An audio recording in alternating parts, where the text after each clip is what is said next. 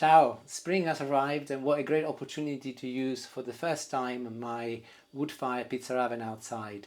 Also, I'll be talking a little bit about Sicily in general today, continuing on the theme from last week. But today I'll be cooking, as it's the first time I'm using the pizza oven outside, a trio of beef, pork and lamb.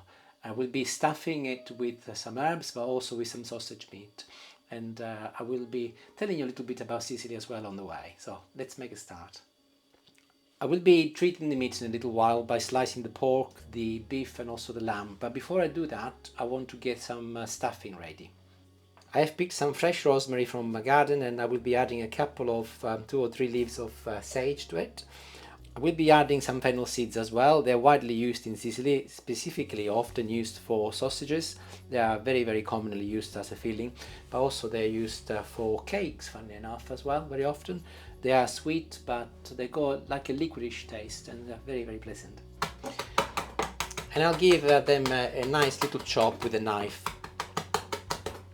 And I add them to some sausage meat, which I've already defrosted this morning. This is already seasoned, the sausage meat, with parsley, but I will be adding a little bit more because I want it to be quite punchy in terms of the presence of parsley. Also, I'm going to be grating in some Parmesan cheese on top. I will be making some stuffing for the very inside of my roll.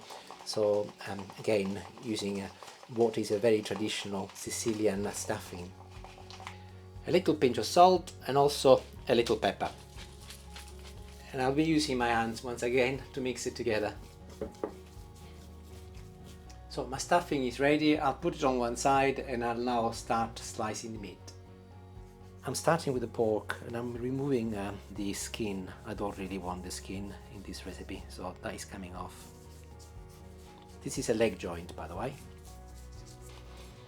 There, done. And I'll be slicing just a bit like if it was a loaf of bread, really, but as I will be using this pork as the base, I will make the slices slightly bigger. Next I will be bashing it so that I make it thinner and a little bit wider.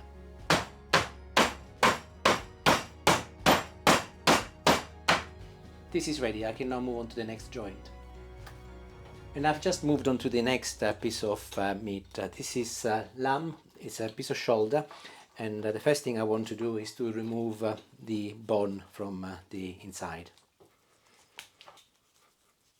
There. Very easy and straightforward. Also in the process I'm removing some of the excess fat, which I don't really want. And I am cutting the lamb into slices as well, best I can really. This will be going inside, so I can be a little bit less elegant. And lastly is the roasting joint, the beef. Firstly, I will remove this netting, again I don't need it, and also this fat which they put on top, that will go in the bin. And I'm slicing these into individual pieces, approximately 0.5 centimeter to 1 centimeter thick each slice. And like I did with the pork, I am removing some of the excess fat so that it becomes easier for me to roll it, but also I don't want too much fat. And to make it even easier on myself, I'm also bashing it down so that it becomes thinner and easier to roll later. And the slicing of the meat is ready. Pork, beef, lamb. The irony is that I was about to warn you to be careful with a knife, and then I did cut myself. Never mind, I'll leave. I will be making a marinade next, a pesto, which I will start by putting a couple of cloves of garlic in a mortar. This is rosemary fresh from my garden, which I'm initially chopping with a knife to make it easier on me. And I'll start by crushing the garlic first, followed by a generous portion of olive oil. In goes my rosemary, more fennel seeds,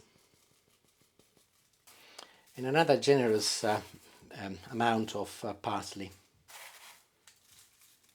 I'll complete my pesto with some salt and some pepper. And with my pesto and mortar, I'll give a good mix together. Perfect, this is also ready, so I'm about ready to start putting the meat together.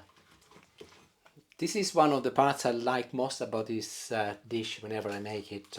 I think it's quite nice and it creates something different. As I mentioned before, I will be using the pork for what I call the base, but this will be effectively the outside layer of my roll, and I will be overlapping it by maybe a couple of centimeters on each end. Now that my pork is down, I'm going to be patting it down with my hands to give it some shape. And I will apply a little bit of my marinade.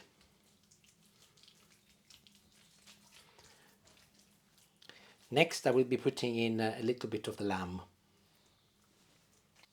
And I'm going to be keeping away from the edges if I can, effectively giving me some space. And a little bit more marinade. It's a bit like making a lasagna if you think about it. And next is the beef. I'll pat it down as much as I can. You can see as you pat it down, the meat expands. So that's why you need to leave, if you make this dish, enough space at the edges. And spread more marinade. And one more layer of lamb. And I've just reached the last layer, which is where I'm going to be finishing with some beef. And this is where the sausage meat comes in. I will be putting it just at the beginning, ready for it to roll. Now, helped with the baking paper, I'm going to be rolling these together.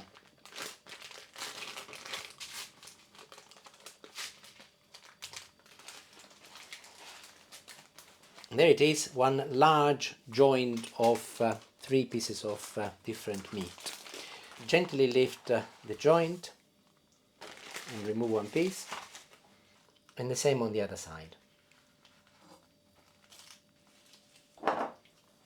The next task is to tie it together, and this is a lot simpler than most people think, and I'm going to show you what I do. Start by putting some cooking string around the side of the joint and apply a little knot at the end. And make sure that you leave enough strings at the end as well for later. Feed your string underneath the joint without lifting it. We don't want to lift it. That's the last thing we want at the moment. And go to the end and then come back on yourself. Find the piece of string that you left behind and tie a knot, and this time apply a little bit of strength so that it pulls the meat together.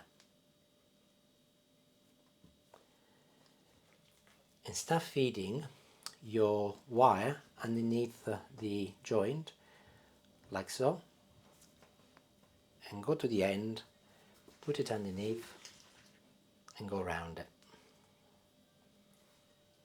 Hold it down underneath without lifting the joint and round.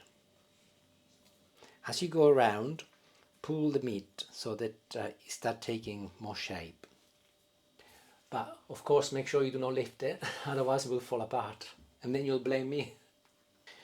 And having reached the end, I'm now going back on myself and I will be placing the string in the gaps in between. Now that I've reached the end, I'm going to be cutting the string, feed it under one piece of the other string and put a knot against the very original piece. And remove any excess string, of course. As this is quite a large joint, I'm going to put additional couple of pieces of string lengthwise. Perfect. Job done. And there it is, it's ready. I will be putting this in the fridge to marinate overnight, and then tomorrow I'll be cooking it in the pizza oven. By the way, this is going to feed quite a large number of people. It's not just Julie and I, just to be clear. So I'll see you tomorrow. Bye. Francesca. Oh, hi. Welcome to our garden. This is our pizza oven. We built it 10 years ago, and of course we do cook pizza in them as well, but it's just like a normal oven. We cook anything in it. And today is going to be the trio of meat. I did actually start yesterday for the very first time this year, so it was on for several hours because it was very, very damp inside, so that dries it up a little. And I'm not going to start it for later, so I need about an hour. I'll show you what I do, and then I'll carry on with the meat preparation. Perfect. It's not rocket science, it's not different to starting any fire, but it is important that it starts slowly and gradually builds up the temperature. So I will leave it, I will be adding a few pieces of wood and I'll leave it for an hour. In the meantime, I'll finish the preparation of the meat, which we'll be doing next. By the way, over there, I'm not sure if you can see there, I can go around my cup roll. Tortellino's little kitchen in the garden I mentioned to you before. This is where I do my cooking. And we are back inside. The meat has been marinating throughout the night, and I have to say it smells wonderful just as it is. The aroma coming from the spices and the garlic is quite incredible. I can smell it from outside. I'm going to lift it and put it in this cast iron dish, which is what I use whenever I use my pizza oven outside. I've chopped a couple of onions and I left them quite large in size, as they will be in the oven for a long time, so I don't really want them to burn or be too small, although we will be using it later. And I've done the same with a carrot, a large carrot in big chunks. Chuck it in. And a large celery stick. I'll put everything on the side. It goes without saying, I have to put a string of rosemary on top, there. And I'm now pouring in 250 milliliters of dry white wine. And I'll pour the same amount of wine in water as well, 250 milliliters of water. Yesterday I mentioned about Sicily, by the way, and you might know that Sicily is the largest Mediterranean island, and from here, which is the extreme side of the western Trapani, to here, Messina, is approximately 4.5 to 5 hours drive, depending on traffic, of course, but the roads are pretty good in terms of the main roads. Also, the geographical position of Sicily has always been very appealing and has been colonized by many people in the past, from the Greeks, the Romans, of course, big presence of Romans, but also the Arabs, and up until 1861, when Sicily was actually united with Italy by Garibaldi, it was under the control of the Bourbons, not the biscuits, not the biscuits. And Garibaldi, yes, Spanish. And Garibaldi is also not the biscuits. Actually, he wasn't sweet at all. He was a very strong and determined soldier. So Sicily was united as part of Italy in 1861. So, and if you think about it in terms of history, the modern Sicily and the modern Italy is not that really old. It's only 160 odd years old. And because of the various colonies, the culture that has been left in Sicily is amazing. You've got different culinary and sort of sides coming from different populations and different colonies. And the Arabs have had a big influence on food, and all of the spices that I use in my cooking, they are from the Arabs and also from the Greeks and the Romans, of course. Parsley was used as early as the time of the Romans. So, there, a little glimpse about Sicily and a little knowledge about who Garibaldi was. Garibaldi led the unification of Sicily and with Italy. And even today, you will find that throughout Italy there are lots of roads and squares named after Giuseppe Garibaldi. He was a big hero. So, anyway, back to our meat, and let's go outside and put it in the oven. Okay, and here we go. My fire is going wonderfully, and it's at temperature. If you were to do this indoors, by the way, you will be looking for something like 170 degrees or 180 degrees. I'll be cooking it for approximately 2.5 to 3 hours, but I will be checking it periodically to see how it's going. And if it needs more water or more juices, I'll be adding it as and when. So once I'm ready, I push all of the fire on one side, generally the left or the right hand side, and I leave a gap. And in that gap is where I'm going to be putting my meat.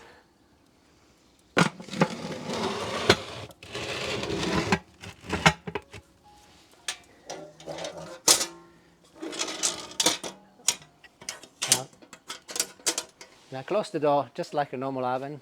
Let it do its own thing. See you in a little while. Ciao. Excellent. 3 hours have passed and we are ready.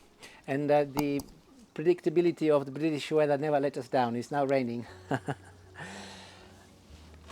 So I'll get it out. I've already drained the water in the juices, but oh, look at that. It smells wonderful. So I'll take it inside the kitchen and we will let it rest now for 15 to 20 minutes. And back in the kitchen, we can now remove the meat. Okay. I'm gently going to lift it in this little tray. And as I mentioned, I'll let it rest now for a good 15 to 20 minutes and then I will be carving it. So see you then. And we are ready for the moment of truth. I'm going to slice it.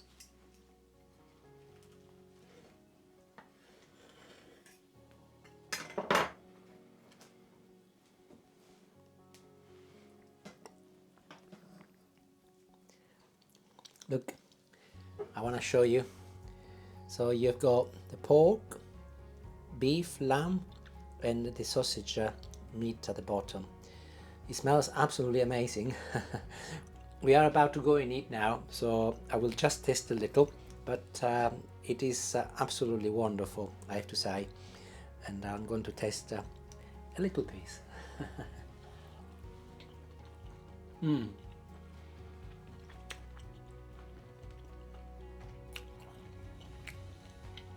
It's a mixture.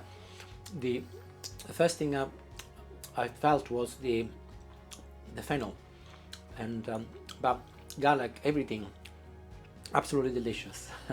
I cannot recommend it more. Anyway, I hope you've enjoyed it, and if you get the chance to do something similar, you can still do it in your own oven at home. Clearly this is a bit more smoky because of the pizza oven and the fire that is done by wood, but it's a nice thing to do for Easter. See you later. Ciao ciao. Thank you very much for watching and have a lovely Easter. Bye.